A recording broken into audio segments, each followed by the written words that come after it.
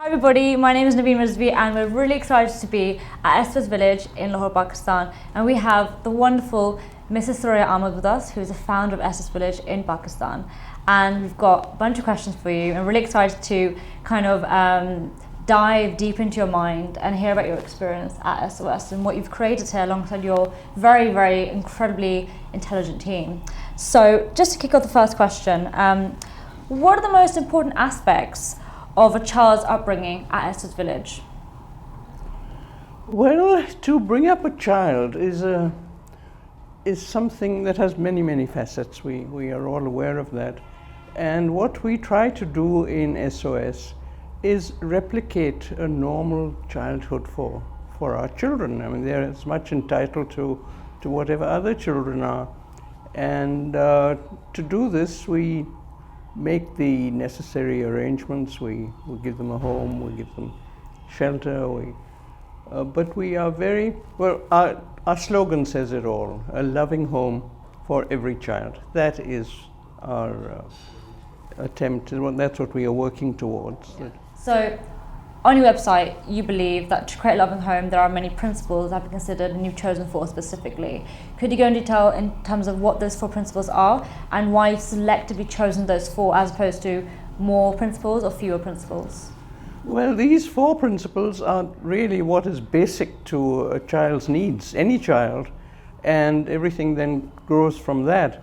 A child needs a mother, first of all, and they need a home, they need brothers and sisters, and then a community to grow in. So this is just the basis for starting the work. Everything follows from that. All the other needs of the children and the attention they get, the protection they get, is something that follows from this base. Is where the 4 needs are identified. And it's really important to recognize also as we obviously, I have my parents, but when you lose your parents, you lose so many opportunities to have that meaningful relationship with an adult. And you specifically focus on the mother. Can you go into detail why you specifically focus on a mother as opposed to a 2 set of parents? You know, when you lose your parents, you lose everything, because you're too young to do anything for yourself. And they have to provide, they have to think for you, and the main responsibility is on the mother. And the mother has to be aware of not only the physical needs of the child, the emotional needs, and for this they are not their natural children, so we have to train them, we have to ensure that they do it, and this is the biggest challenge, to make sure that the mothers are providing for the children as we would like them to. Estes village is not only something based in Pakistan, it's international in 135 countries, 572 villages in itself internationally. So in terms of Pakistan's presence, in terms of there are villages available in just more than Lahore as well. What's the future for Estes village within Pakistan? Well, when we started, of course, we had no idea of the response, but we were very hopeful. We were very confident that this work would get good support, and we just grew as we could. What we have done here is something different to most of the other associations around the world, which are managed in a more bureaucratic manner, mainly because they are being funded from the promoting associations. When we started, we were confident that our people would support this, and we said this to the international association, that we would take guidance from them, but we would be able to do it ourselves. And they were very surprised, but we have proved that we were right, and our people have done an amazing job in supporting this work. So we have grown as we have been able to involve people in other cities to take it up, and basically we have given them ownership of the projects, which is actually the secret of our success, that these volunteers in all these 17 different cities are taking it forward. And we do get requests, we get many more requests than we are able to meet, and we don't really need to be in all the places where people invite us to come, but we are working towards reaching to diverse areas and reaching out to regions that are unreached, where they may not know about us. So we've succeeded in covering Pakistan pretty well. Yeah. There's one area where we still feel the lack, and that is, you hear of that a great deal now in other contexts also, is South Punjab. We do need a village in South Punjab, and inshallah, when someone comes along and offers us support for a village, that's where it'll go. Is it the case in South Punjab that its context is different? Somewhere like Lahore and Karachi, which has like a really structured city, but why South Punjab in particular that it needs a village? The area, not looking at. It must be.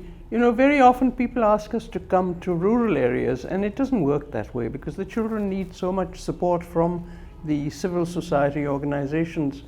So we have to be centered in cities, but then we have to look at the hub in that region. So that is, we have these now everywhere. The only area we are not now between Multan and Khairpur is a large area that needs to be served, and that's about it. Then we'll see, take it from there. Exactly. So, Ms. Anwar, could you just share with us your experience of your time before you worked in developing Estes Village in Lahore and to where you are now? Because your story is so insightful. There are many women in Pakistan who aspire to do great things for this nation. And similarly, me being abroad, I would like to be someone who can contribute to this great country. Career-wise, what brought you to this point? Well, basically, I'm not a career woman. I was a housewife, but I was very interested in, or motivated to do social work. There's no doubt about that. So in any capacity that I could with different, and usually it's women's associations that get involved. They have the time and they should do it.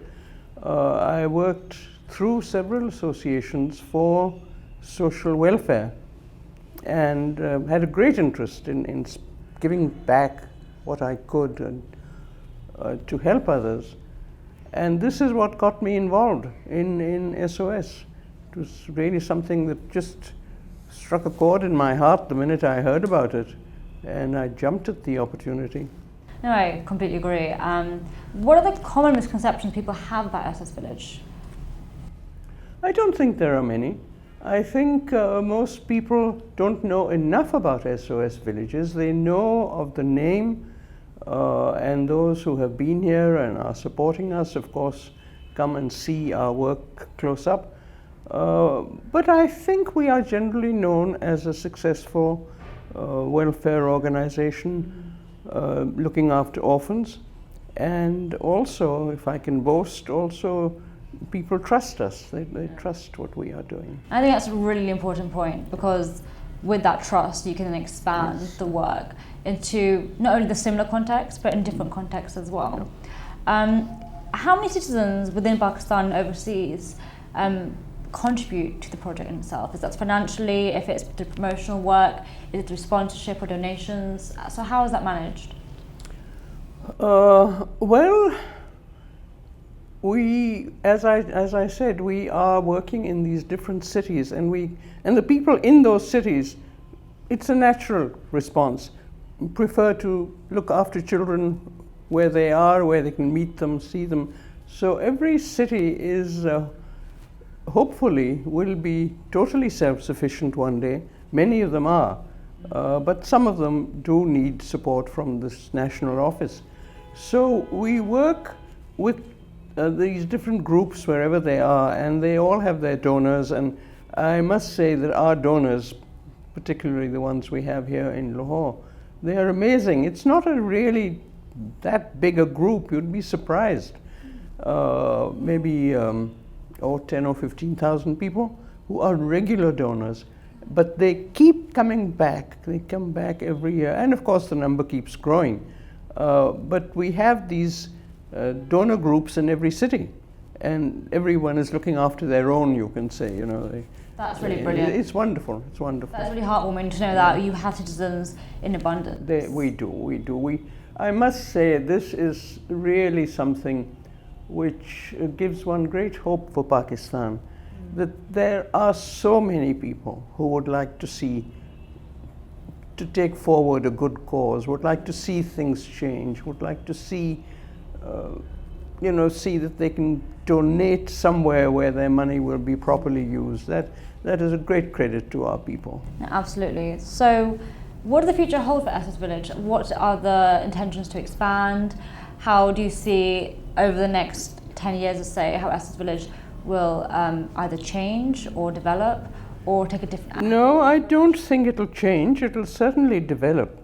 From the very beginning, we have known that the biggest social problem in Pakistan vis-a-vis the children is not of orphans. The orphans are there. They are the most important and most vulnerable, obviously. But the number of complete orphans is not that big in any society. Here we unfortunately have a lot of violence. Children are killed. There's all kinds of feuds and things happening. But not that many children lose both parents. The larger category is those children who are children of mothers who are single earners. They have lost their husbands, they're divorced, widowed, whatever. And they have usually several children to look after. And we do not take those children in our villages. It sounds very hard-hearted, and it is sometimes so difficult to refuse them, but we have to explain to them that the mother is much more important than anything SOS can do. Yeah. And if they have a mother, no matter how she nurtures them, she should keep them. So we've been aware of this from the very beginning, and these children are not in our criteria. But now we have reached a stage where we are expanding and can take care of these children too. And 3 years ago we started a pilot project in a donated building here in Lahore, and specifically for these children. And they are not villages in the sense that we have these homes. You can call them residential boarding schools, where the children are given a place to live, they're given education, and total access to their mothers. Yeah. The mothers can meet them, the mothers are encouraged to take them on the weekend, so the child doesn't feel he has been abandoned somewhere. So those are our new projects, and we hope to have one, we call them satellite projects, with every village, maybe more than one. And we have already started off. We have a good start in this. We have 4 projects running. So this is what we are going to be developing over the coming years. Brilliant. And I love the fact that you're talking about how it is a development. Yes. Things have changed. I think with any organisation that develops over the years, as it changes, its ability to deal with such situations can change as well. It's not well, I wouldn't say change in that sense, because of course our children, our orphans are there, and we give them the same attention as we always have. But we are expanding. We are now reaching out to these children that previously we didn't take in our villages, or we don't. Even now we don't take them into the villages, because we don't want 2 categories of children, one where the mother comes and takes the child away and the other child has nobody, which is not fair to him. Yeah, but that's really important for that consistency as well. Yeah, not to have that difference. Yeah. So, in terms of Estes Village, in terms of the mother being one of the most crucial aspects to an emotional upbringing of a child, how do you find the Estes mothers that you train, recruit and support? Well, to tell you the truth, that has been our biggest problem. Okay. Because we are very selective in the mothers we take, and obviously we look at various qualities in a woman who should come. First of all, of course, she has to be a woman who can dedicate her life to being with the children, live here 24/7 and be a mother in every sense of the word. And we are also rehabilitating women, a large number of women who can come to us and apply for this. But I think the main reason for the hesitation of women to come is that, as you know, we have this hierarchy of work, we have domestic servants. And unfortunately, many women look at this as a form of domestic work, of ayahs, as we are familiar with. And educated women do not want to come and be seen as ayahs. So we are trying to change this, and we give them a great deal of respect. We train them. We want educated women to come and do this. I think it's a wonderful profession to be a mother of a group of children. But generally, women are reluctant to come. But there are many women who need support, who need a place to go. They're alone, they're shelterless, and they do come to us, but it is a struggle finding good mothers. It still is after all these years. Wow, that's so... You've very much cleared an area of confusion that I've had over the years in terms of how are these mothers found, is difficulty in finding them, I guess the training is so it's very important. It's extremely important, yes. Exactly. And repeated training on and on and on, because these things don't come naturally to women who are, shall we say, they may be very good mothers, but there's a lot more than just loving the children and feeding them. And the continual professional development is actually so important, because children, you have different children, they have different ages, they grow up, they go through the whole kind of education system. They may choose a different path academically, they may go into vocational training. You just never know. Yes. So that kind of CPD is so valuable for a person. Well, another thing we do with the women who come, if they are not educated, we do have literacy classes, because the mother also should have the self-esteem. The children are there, they're doing their homework. She should be involved in what they are doing, and they should not look at her as a maid. They should really respect her as a mother. And we do try to keep improving the quality of the mothers and the ability of the mothers. That's very important. And that really is at the heart of the principle. That is the whole thing. But Ms. Ahmed, I'm so blown away by your how eloquent you are and how much you taught us in the very, very small amount of time that we've had. Thank you so much for your time. We're really grateful, and we may be back with more questions in the future. Thank you. And we're very big supporters Always in the UK. Yes. We're really blown away by what you're doing. Yes. So. Thank you so much. Do spread the word, because we need all the support we can get, and that is what keeps us growing and working forward. A lot of my friends in the UK who are Pakistani, who even aren't even Pakistani, find the whole philosophy of Estes Village so enlightening and so eye-opening. It's so natural, it's so basic. It's what do you do for an orphan child? I don't think you can do much better than this. Yeah, no, exactly. And I like how individualized it is, that every child is given that time and attention. And we asked Sabah before as well, like, the word orphanage doesn't even come to mind when you're at it's a home. We don't use the word orphanage. This is their home. And they come back as well. All the time, yes. We are their family, this is their home, and we're trying to give them what they lack. Yeah. That is Ms. Sabah also mentioned how one of your directors went through in Islamabad, went through the process, and she calls you Kala because she pretty much sat in your lap and grew yes.